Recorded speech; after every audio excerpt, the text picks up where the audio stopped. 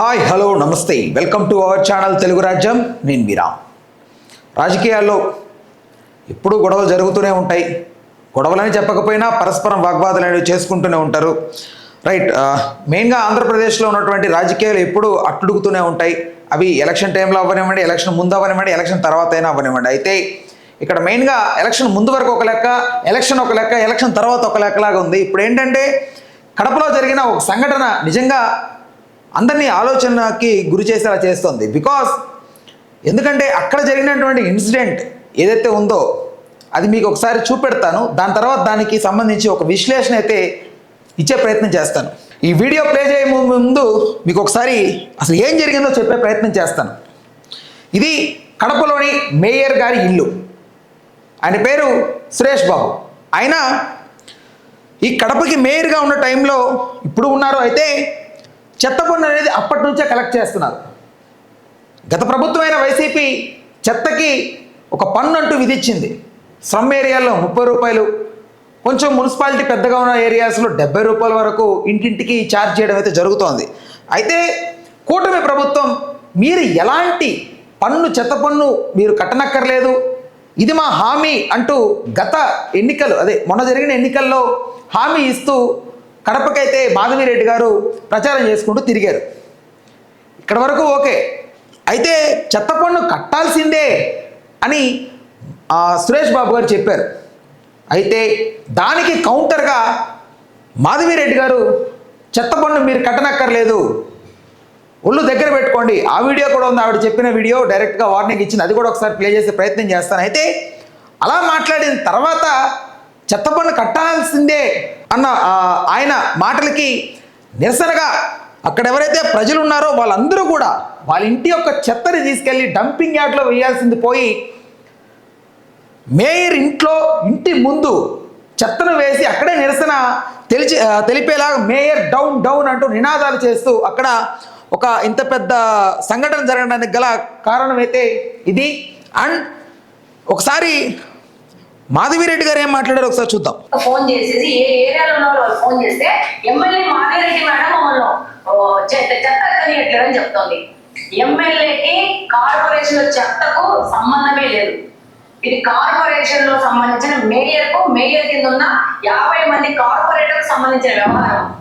మీరు ఆ corporator place లో కూర్చున్నందుకు దానికి సంబంధించిన న్యాయం మీరు చెయ్యండి అంతే. నేనైతే ఆ ప్లేస్ లో ఉంటే నా యొక్క చెత్త కలెక్ట్ చేయకుండా ఎనీ కార్పొరేటర్ ఎనీ మేయర్ ఆపితే నేను ఆ చెత్త తీసుకుపోయి కార్పొరేట్ ఇంట్లో మేయర్ ఇంట్లో తోసేస్తాను. వాళ్ళు ఎత్తుకుంటారు. ప్రతి నుంచి ఎప్పుడో రావాలని కోరుకుంటున్నా నేను. ఎందుకు చేస్తారు వీళ్ళని కూర్చోబెట్టిన స్థానానికి విలువివ్వండి. మీరు ప్రజలు ఇబ్బంది పెట్టకండి. మీ పర్సనల్ కక్ష ఉంటే ఇలాంటి విధానాలు చేసి మీ నాయకుడు ఈరోజు 1+10 దిగిపోయినాడు. రేపు మీ పరిస్థితి ఏదో మీరు గమనించుకోండి. చూశారు కదా మాధవి గారు మాట్లాడేటువంటి మాటలు అవి. మరొకసారి ఆ వీడియోకి సంబంధించి ఒక విశ్లేషణ అయితే చేద్దాం. నిజంగా ఆవిడ అలా మాట్లాడడం వలన ఈరోజు ప్రజలందరూ కూడా చెత్త తీసుకువెళ్ళి వేశారా? నిజంగా వాళ్ళే వేశారా? లేదంటే ఎవరన్నా వారి వెనక ఉండి నడిపించి వాళ్ళని గైడ్ చేసి నిజంగానే వాళ్ళని రెచ్చగొలిపి వాళ్ళని కావాలనే అలా మోటివేట్ చేసి చెత్త తీసుకెళ్ళి వేసేలా చేశారా? ఇది నిజమైన ప్రజా విప్లవమా లేకుండా ఎవరన్నా రాజకీయ కోణం దాగి ఉందా అనేది కూడా ఒకసారి చూద్దాం. మరొకసారి ఆ వీడియో ప్లే చేసే ప్రయత్నం అయితే చేస్తాను. ప్రజలు సంబంధిత కార్పొరేషన్ లో కార్పొరేటర్ కు ఫోన్ చేసేసి ఏ ఏరియాలో ఉన్న వాళ్ళు ఫోన్ చేస్తే ఎమ్మెల్యే మాధవిరెడ్డి మేడం మమ్మల్ని చెత్త కనియట్లేదని చెప్తోంది. ఎమ్మెల్యేకి కార్పొరేషన్ చెత్తకు సంబంధమే లేదు. ఇది కార్పొరేషన్ లో సంబంధించిన మేయర్ కింద ఉన్న 50 మంది.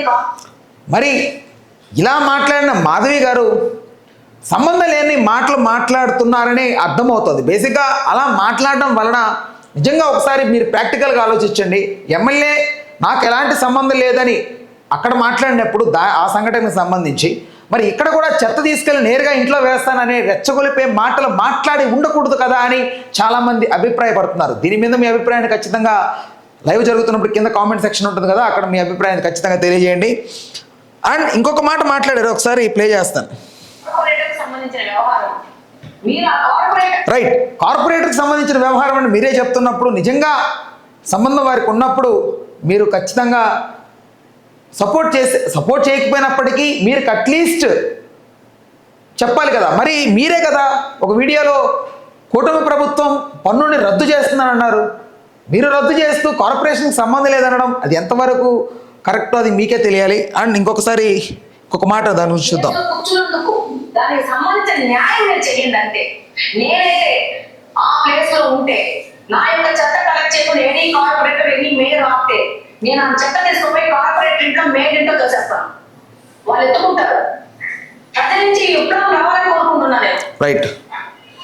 ఇలా మాట్లాడినందువల్ల నిజంగా ప్రజలు వాళ్ళంతటా వారే విప్లవం లాగా వచ్చి వాళ్ళే చెత్త తీసుకెళ్ళి వేశారా లేదంటే ఎవరన్నా ఉండి నడిపిస్తున్నారా అనేంతలా అయితే ఈ వ్యాఖ్యలు ఉన్నాయి.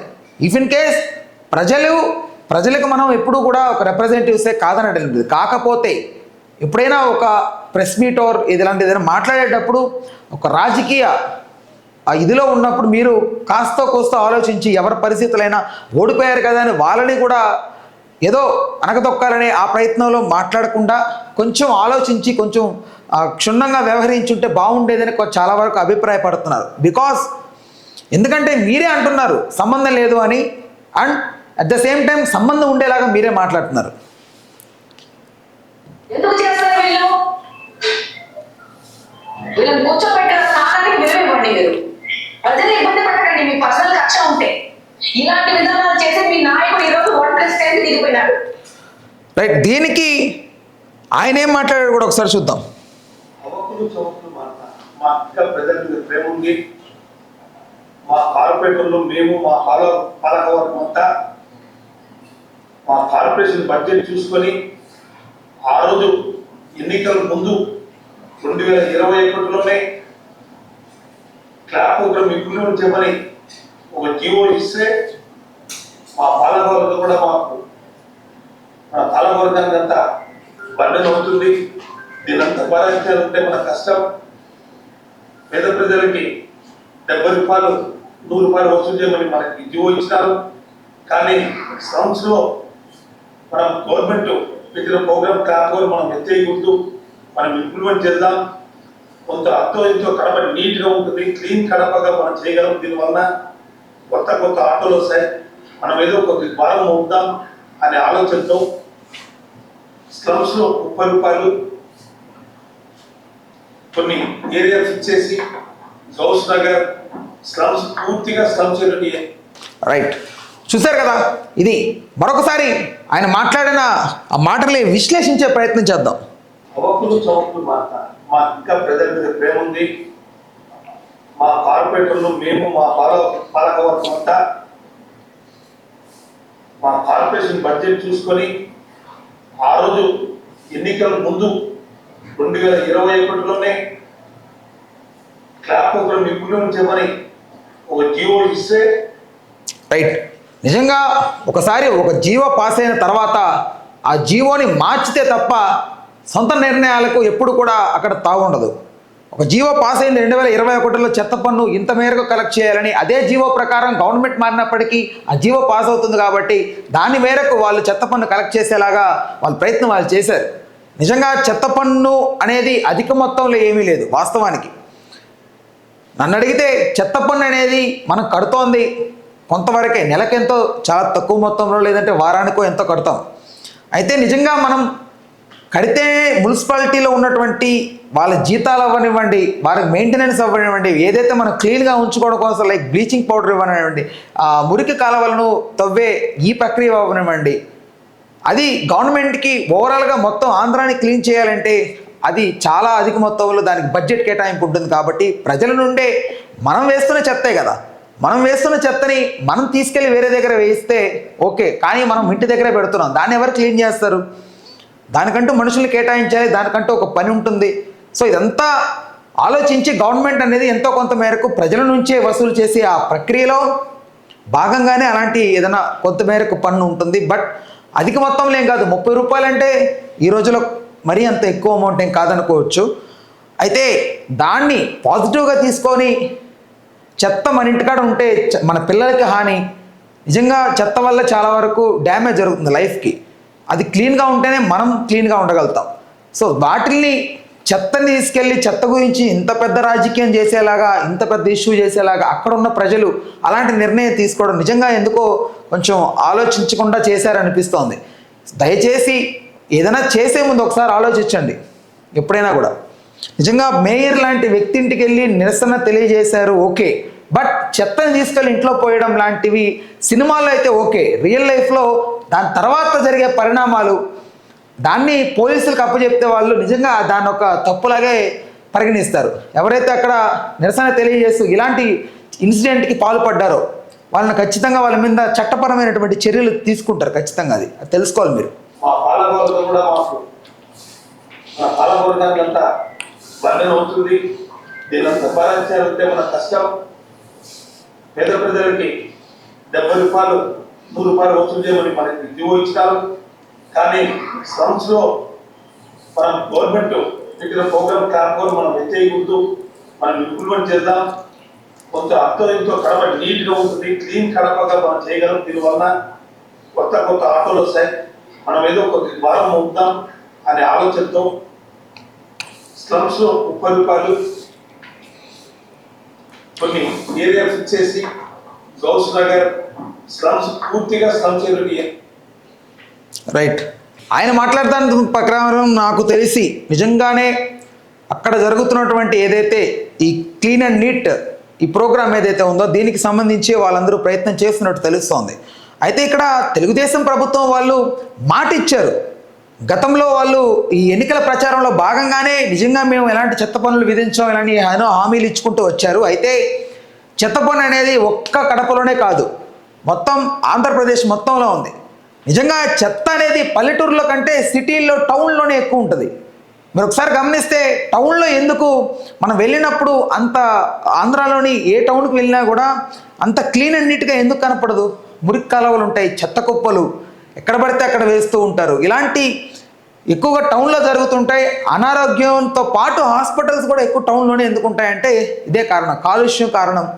ఇలాంటి చెత్తల వల్ల వీటి వల్ల అక్కడే ఎంతో డస్ట్ అంతా కూడా ఉండడం వల్ల చిన్నపిల్లలకి అండ్ పెద్దవారు ఎవరైతే వృద్ధులు ఉంటారో వాళ్ళందరికీ హెల్త్కి ఎఫెక్ట్ అవుతుంది. అది ఎంత క్లీన్ చేసుకుంటే మనం అంత నీట్గా ఉండగలం. స్వచ్ఛ భారత్ లాంటి ప్రోగ్రామ్ క్రియేట్ చేసిన మోడీ లాంటి వ్యక్తులు ఎందుకు చెత్త మీద ఎందుకు అంత కాన్సన్ట్రేట్ చేస్తారంటే మనం ఏదో అనుకుంటాం, బట్ చెత్త వల్ల చాలా హాని ఉంటుంది నిజంగా. సో దానివల్లే వీళ్ళు ఇలాంటి ప్రోగ్రామ్ కండక్ట్ చేయడం జరిగింది. దాన్ని వ్యతిరేకించవచ్చు, బట్ మీరు వేరే జీవో పాస్ చేస్తూ వ్యతిరేకిస్తే బాగుండేది. ఎలాంటి జీవో పాస్ అవ్వకముందే వాళ్ళు పాత జీవోని వాళ్ళు అమలు చేస్తుండగా మీరు అడ్డుపడి ఇలాంటి వ్యాఖ్యలు చేయడం వల్ల నిజంగా ప్రజల్లో ఓకే మీరు ఒక మంచి పేరు తెచ్చుకోవచ్చు, బట్ ప్రాక్టికాలిటీలోకి వచ్చి మీరు ఆలోచిస్తుంటే బాగుండేది అనిపిస్తుంది. ఎందుకంటే రాజకీయం కోసంగా రీజన్ వెతుక్కోకండి. రీజన్ దొరికితే రాజకీయం చేయడం ఎలాగో అలవాటు అయిపోయింది కాబట్టి. బట్ ఇప్పటికైనా ఆలోచించి వ్యాఖ్యానిచ్చే బాగుండని కొంతమంది అభిప్రాయపడుతున్నారు. రైట్. దీని మీద మీ అభిప్రాయం ఏంటనేది ఖచ్చితంగా కామెంట్ సెక్షన్లో తెలియజేయండి. మరిన్ని వీడియోస్ కోసం, మరిన్ని అప్డేట్స్ కోసం వెంటనే మన ఛానల్ అయితే సబ్స్క్రైబ్ చేసుకోండి. స్టే ట్యూన్ ఉంటుంది అవర్ ఛానల్ తెలుగు రాజ్యం. నేను మీరామ్.